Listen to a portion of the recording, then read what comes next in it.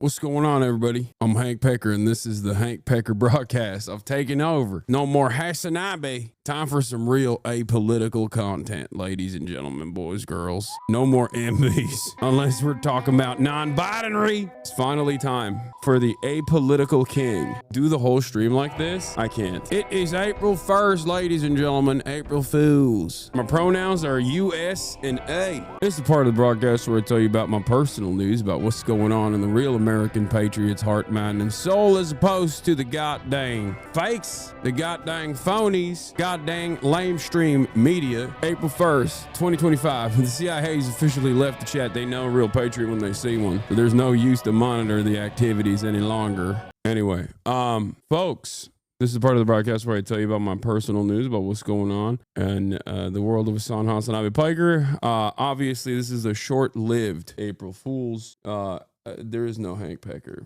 The reason why there's no short-lived April Fools is because Donald Trump won the election, and it feels like every day is a joke. Every day is a haha. Could that have happened for real? Could that have happened for real? Is that really a thing that happened? No, that's a bridge too far. And then you find out, no, as a matter of fact, it is a real thing. So I see no purpose in doing satire for being a right-winger when you know, basically, we are the punchline. We are the punchline every day. We're the punchline. I wanted to show you this beautiful angel. This beautiful angel. The most beautiful angel that I've ever encountered. Look at her. She just got cleaned up, so I'm letting her on the bed. And it's funny because she doesn't even like being on the bed. Like, she literally gets off the bed. Look at how flabby she is. Ever since she got groomed, she has a beautiful ball chin. Yeah, her chin is out of control. She's so fat. It's the best. Look at those fat rolls. It's angelic. What are you doing? What are you doing? What are you doing?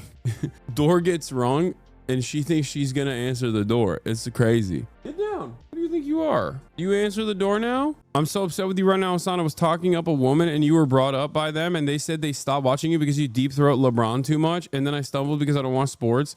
And then the whole conversation fell apart. Okay, first of all, you literally were able to engage in self-selection right there. You saved yourself, okay? Who doesn't deep throat LeBron? Like, people who are obviously silly and fake and phony and don't recognize true greatness, I guess. That's the people that don't deep throat LeBron. Like, you literally just dodged a bullet and you're over here talking shit, being like, oh, I fumbled because of you. King, you didn't fumble. You dodged a bullet. You dodged it. Also, I stopped watching Hasan because he glazes LeBron so much is so funny to me, because it's like, I'll take that. It's like the weirdest way that someone has announced their departure on this broadcast, and I respect it. I can't help but respect it, because it's like people will be like, he's too misogynistic for me. Like, he says, I your mom or whatever. Like, that's a bridge too far for me, right? Like, things of that nature I hear all the time. But saying, oh, this dude actually glazes LeBron too hard is the funniest reason for a woman especially to quit the broadcast. That's funny. Would you throw it back for LeBron? I'm not going to answer this question where the answer is very obvious. In any case, are you ready for American Freedom Day tomorrow? Why is everybody saying Peach Jar wants to come on the Fear End podcast? Like, is she in Los Angeles or something? I don't know why you guys are spamming that in the chat out of nowhere. Like, I just started. Like, what? Okay, Peach Jars wants to come on the podcast on Fear End. Great. I would love to have her on. Do you want me to, like, go to her or something? Like, what? Like, fly out to Texas to film with her? Like, what's happening? Get Bad Bunny on the broadcast? Yeah, dude, that'd be sick. I doubt it. I doubt he'd be interested in doing that. I don't think he's a fan of mine. I don't think he knows who I am. And even if he did, I don't know if he'd be a fan or not. I mean, he does get political about Puerto Rico, but the problem is, like, I don't speak any Spanish. It'd be quite difficult for us to talk to one another, because he speaks English, but, like, I feel like I would have to interview him in Spanish to not disrespect him. You know what I mean? What does you being rep by WME mean? Oh, someone in my Twitter comms was mad that Phineas and Billie Eilish are represented by a Zionist management group or something, and I thought it was really funny, because that person very clearly is oblivious to how any of that stuff works. Because I was like, dog, I'm represented by WME. Who the you think Ari Emanuel is? That guy's not even a fan, by the way. Yeah, I know. They just like come in and try to shit stir to be like, see, this is hypocritical. He said I was a nut for interviewing AOC and Bernie. I can't tell if people are just like, I can't tell if those people are personally like mentally ill and they're just like engaging in reckless behavior for free, or if they truly hold these convictions because they're mentally ill, or because they're mentally ill and you know, they're getting paid to do this or something. I don't understand it, because there's purity checkers out there that just like genuinely feel like this conviction in their hearts. They just don't understand it. Like someone being like, you interviewed AOC and Bernie Sanders, you are a nut. Like, you have to be out of your mind. You have to truly be an insane person. Please stop deflecting good faith criticism. What are you saying? What are you saying? None of this is good faith criticism. A lot of you are just simply babies. This is your first protest. This is your first movement that you've like joined in on, and you don't know anything. You're just like a rudderless, anchorless fucking ship floating around. Shut up. What is happening today? What is going on? You're not doing advocacy. You're crying in a Twitch chat. You are crying in a Twitch chat. You are crying in a Twitch chat. You are not an activist. You're a fucking loser. Okay? Seriously. And if this is your worldview, if your worldview revolves around like almost exclusively yelling at a Twitch streamer who you know is aligned with your worldview, that is interviewing politicians, or at least is like close to politicians that are also infinitely closer to your worldview. I'm not even talking about Bernie Sanders at this point. I'm talking about AOC specifically. If your expectation is like those guys are actually in the wrong, if those politicians are the worst politicians in US Congress, you're fucking stupid. Well, to be honest, I'm not here all the time.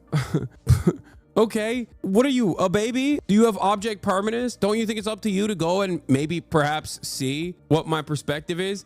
Instead of assuming that there is a good faith criticism here? Why call me a loser? Because you're behaving like a loser. Go yell at Republicans instead. No, not even Republicans. There are hundreds of Democrats in positions of power that you could yell at.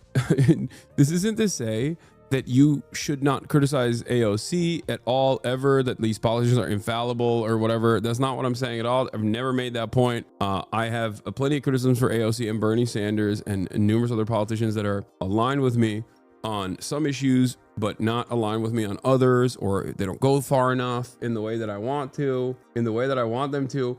But like the idea that the idea that like these are the only targets of ire is so incredibly stupid. I got baited by a fucking stupid ass person. I'm gonna fucking kick him out and just like delete my post. That's probably the most effective way to talk about that's the most effective way to deal with this kind of shit, instead of just like taking it seriously and responding to it, because a lot of people don't actually want to learn anything. They don't want to genuinely have discourse.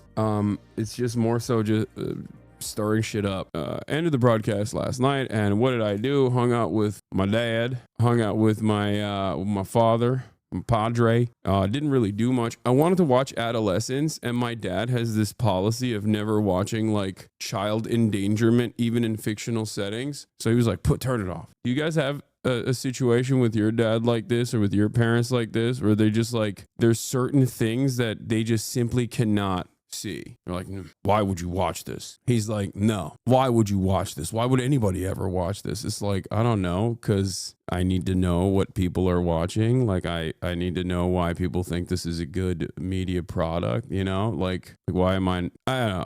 I find it very strange that he just can't find it, even he can't even entertain it for a moment. Even if it's like harrowing, even if it's fictional. Like as soon as the kid gets arrested by the cops and he pisses his pants, my dad was like, turn this off, turn this shit off right now. And I was like, okay. He's like, watch your animes. I don't care. I'll sit here next to you. I don't understand what's going on, but I'll sit here. But if you watch some stressful shit like this, I can't be here.